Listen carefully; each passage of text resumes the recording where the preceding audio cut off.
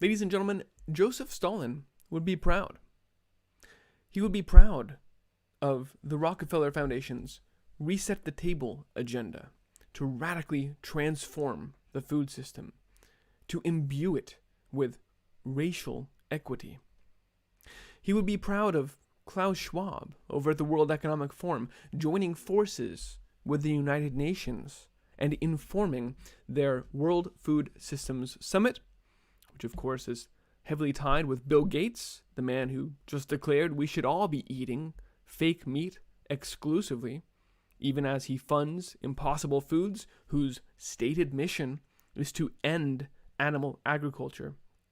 Yes, Joseph Stalin would be proud of these people, for it was he, after all, who, in the wake of a grains crisis in the late 1920s, used that as justification to do his own radical transformation of the Soviet food supply, to take total control over food production. And it was in the wake of that collectivization of farms that millions and millions of people died of starvation in the Holodomor. We need to talk about this today. I'm Christian, and this is the Ice Age Farmer broadcast.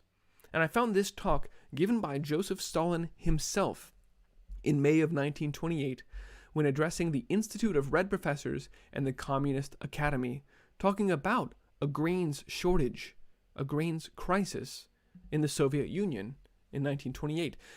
In Stalin's own words, the way out of that crisis lies firstly in the transition from small, backward, and scattered peasant farms to amalgamated, large-scale socialized farms equipped with machinery and armed with scientific knowledge, capable of producing a maximum of grain for the market.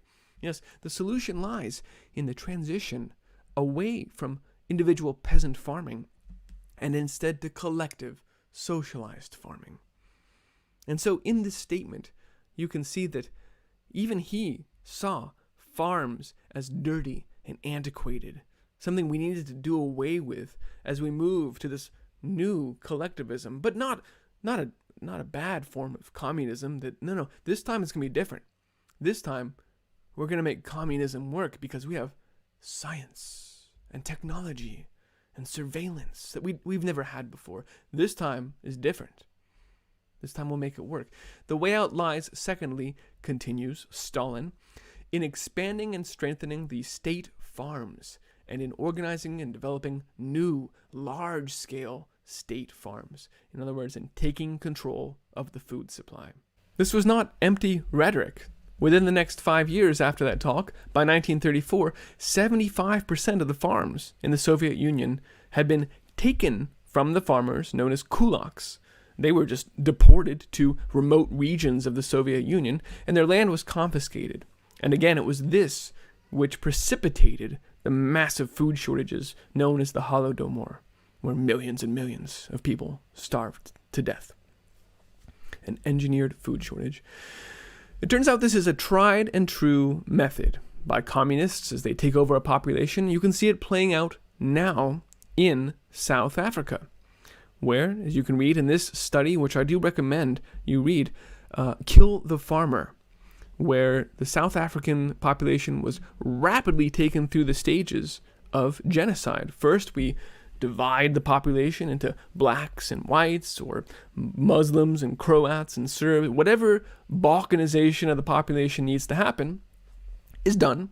And then we gradually dehumanize part of the population. We take away their rights. We say they don't deserve those rights. And then ultimately we take their land and we kill them.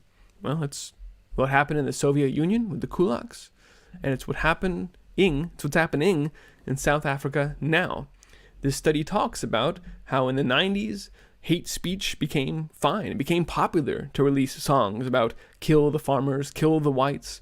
And as that happened, more and more people got killed. That's what happens when you talk about it in the mainstream media. That's what happens when Coca-Cola tells you to stop being white. And all this anti-white propaganda going out in every medium imaginable.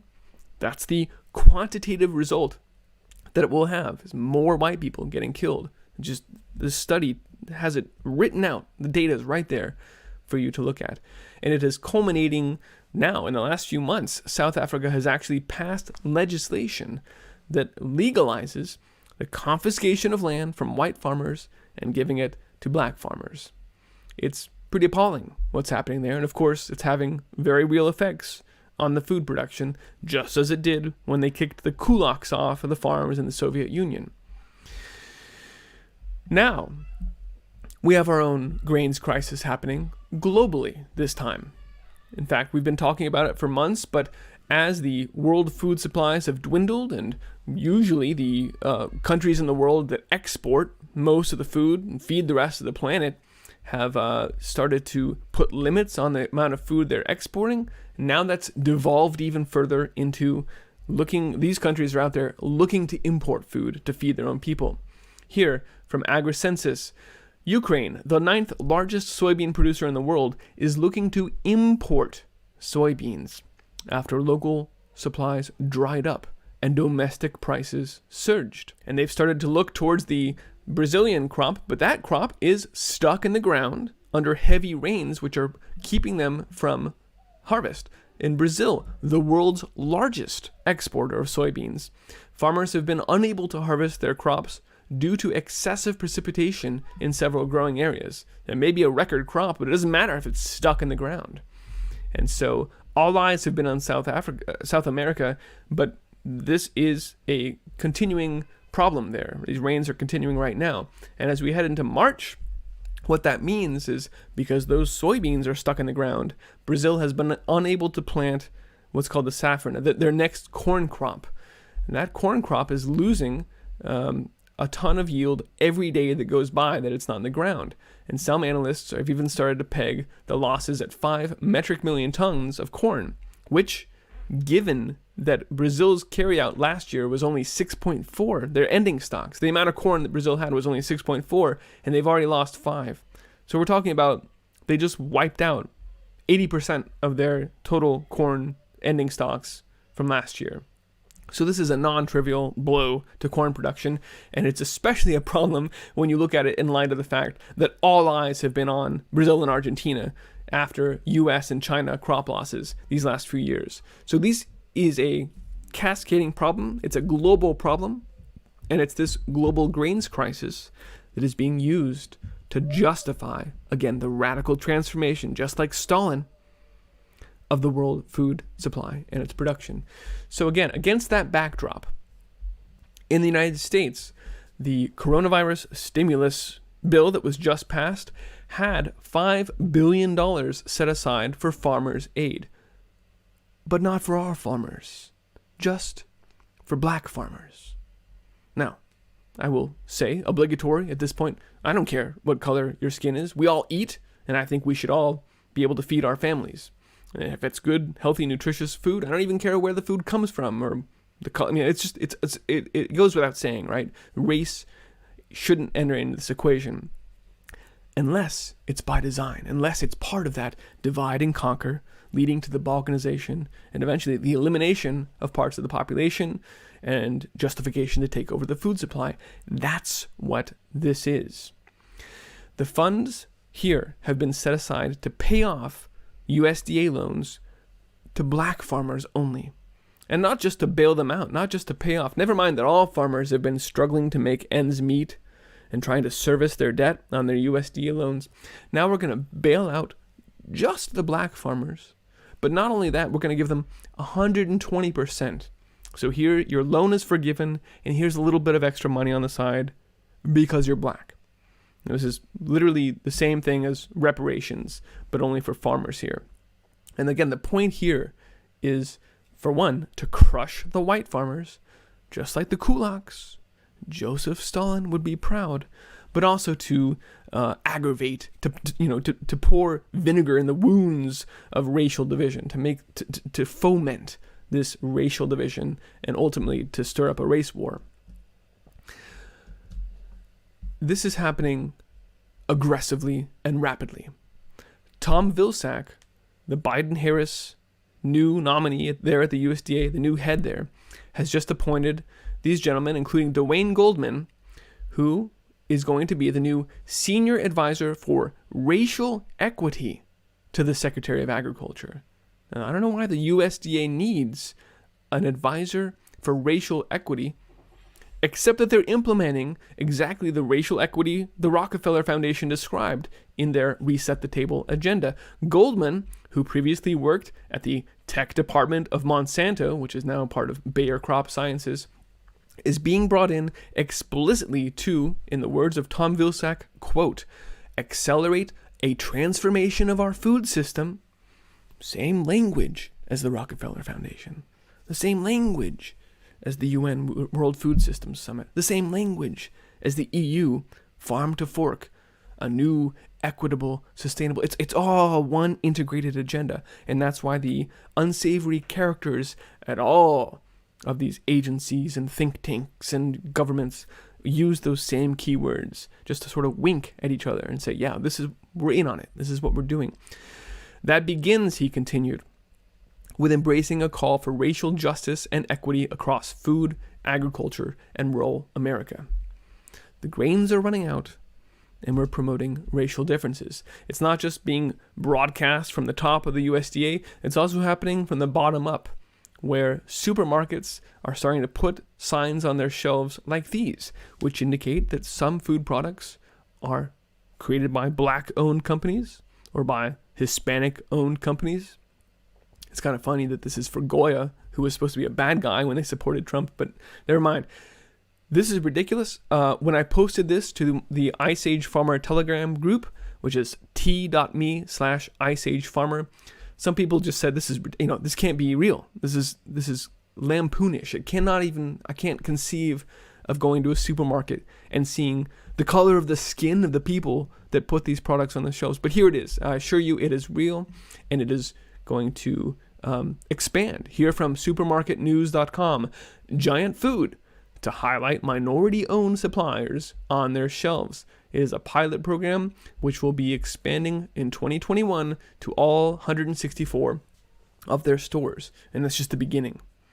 Soon, it won't even be labels. It will be, you don't even get shelf space if you are white or if you're not using robotic automation on your farms, right? I've covered previously the USDA's newly proposed rule that says I need the GPS coordinates of every piece of lettuce harvested, and if you don't have that, you can't sell your product at our shelves. So this is not actually helping Black farmers. It's eliminating white ones and then prescribing to the people that they are bailing out, you're going to use robots and farm bugs and do things our way. You don't actually have to take ownership like the Soviet Union did. You don't have to collectivize your farms if you just dictate exactly the conditions that it takes to get your product on the shelves. It's effectively the same thing, right? You are taking control over the food supply. So from the top, from the bottom, from the shelves, these racial, whatever, these things are being introduced. And it's not just a racial thing. Here is a new law that's being considered in Colorado, which literally criminalizes the animal husbandry practices that farmers and ranchers have been using since the dawn of time. You won't be able to mate your animals, to breed the next generation of livestock anymore. There's now new restrictions on this. It's called the Protect Animals from Unnecessary Suffering and Exploitation. Again, it sounds great. All of these things sound really nice. You're going to own nothing but be happy, right? It's all very, they put a smiley face on communism these days. But I also wanted to point out, this literally says lamb and veal will be gone. It's illegal now. You have to wait until livestock are 25% of their natural livestock lifespan before you can slaughter them, which means it criminalizes lamb and veal. I just want to be very clear that you're witnessing a part of the end of animal agriculture. And if you look at this as disparate, weird things that are happening, well, that's weird. They would bail out the black people. Well, that's weird that they would criminalize animal husbandry. Oh, it's weird that they would have fake. No. If these things seem odd to you, if they are not making sense to you, if they're just little disparate, odd happenings, then you need to change the lens through which you are viewing reality. You need to adjust your paradigm until you find the one that fits. And I'm telling you, the one that fits is this total takeover of food this making it illegal to farm and ranch because it's dirty and antiquated. You saw Stalin say, in his own words, Joseph Stalin said, it's not peasant farms owned by people anymore. It's large-scale, state-owned, science and technology-driven farms. That's the future, collectivized farms. And that's why Bill Gates is talking about, I'm going to own it all, you're going to own nothing, and it's going to be fake meat because communism will work better if we do it this time with science and technology. I'd also talk about the fact that they have just reclassified animal manure as a highly toxic industrial byproduct in Australia. Never mind, that's how we have fertilized our farms since the dawn of time. Now it's dirty and dangerous, and you can't use it as fertilizer, and you have to pay a premium to dispose of this industrial waste because they will make it illegal or economically impossible, infeasible to produce food the way we always have been. It's just like Obama said about the coal power plants. You can still open a coal power plant, but we're going to bankrupt you. It will be economically infeasible for you to farm the way you have been from here on forward. And when you look at the cast of characters behind the UN World Food Systems Summit, not only are there many links directly to the finances of the Bill and Melinda Gates Foundation, but look at these people. Here's Francesco Branca, who was the World Health Organization's nutrition director, literally telling you everything has to be reset. He was director of the nutrition and food safety at the World Health Organization, and now he says everything has to be reset. We must have smaller amounts of land. We can't devastate land any longer. This is the biodiversity call. It has to do with the 30-30 plan to rewild and put land into conservation. Just stop farming. Just shut them down. Turn them into conservation places. We need to have much smaller amounts of meat on our table. We need to reset. Well, this sounds like it's going to change what you eat, isn't it? Not just the production. They're going to force you to change your diet. The answer is yes. Unambiguously, the Eat Lancet Commission comes out and tells you, yes, it's highly intervention-driven. Quote, the scale of change to the food system is not going to happen if we leave it up to individuals or the whim of consumer choice. This change requires reframing at the population and systemic level. Hard policy interventions like laws, fiscal measures, subsidies and penalties, trade reconfiguration, and other economic and structural measures, like making it illegal to harvest animals, like making it illegal to use manure for fertilizer. This is what they're talking about, and it's happening now. Another of these individuals, Yan Yi, is founder of over in China, founder of the Good Food Fund, in seeking to understand food systems and their impact on the environment. Right, this takeover of the food supply, like many things, is intimately tied with global warming and saving the planet. Another example of that is Cristiana Figueres, who's from Costa Rica. She has been very involved with the United Nations and the global warming propaganda and all of their programs there. But now she's going to join the board at Impossible Foods. Well, wait a minute. That doesn't make any sense, does it? Again, if you look at it as just these disparate happenings and you try and... Why would they take some United Nations global warming person over to a food company? Well, because Impossible Foods' stated goal is to end animal agriculture, and that means playing off policymakers and regulatory pressures to make meat illegal. That's why she's working there, because this is one integrated agenda. These unsavory cast of characters play multiple roles. They inform the Rockefeller Foundation. You can see many of these people are the authors of that agenda. They also work at the World Economic Forum or at media outlets or at these companies. It's appalling. It's the same cast of characters. And we can go down the list of the 3 action tracks at the UN World Food Systems Summit and do this. Take them apart, see their interconnections. It becomes just so patently, blatantly, superficially obvious that these are people are perpetrating their agenda. But in the interest of time, we're going to stop here and just observe. Joseph Stalin would be proud of these people, but they're doing it bigger and better and faster than ever. And in the United States especially, we will be made an example of. We are now sitting at this confluence of the tried and tested communist takeover approaches. We're looking at a confluence of the Ukraine, the Soviet Holodomor, mass starvation. We're looking at the race war, Rwanda style. We're looking at the Balkanization and breakup of the country, like Yugoslavia. We're looking at Weimar style hyperinflation of the dollar.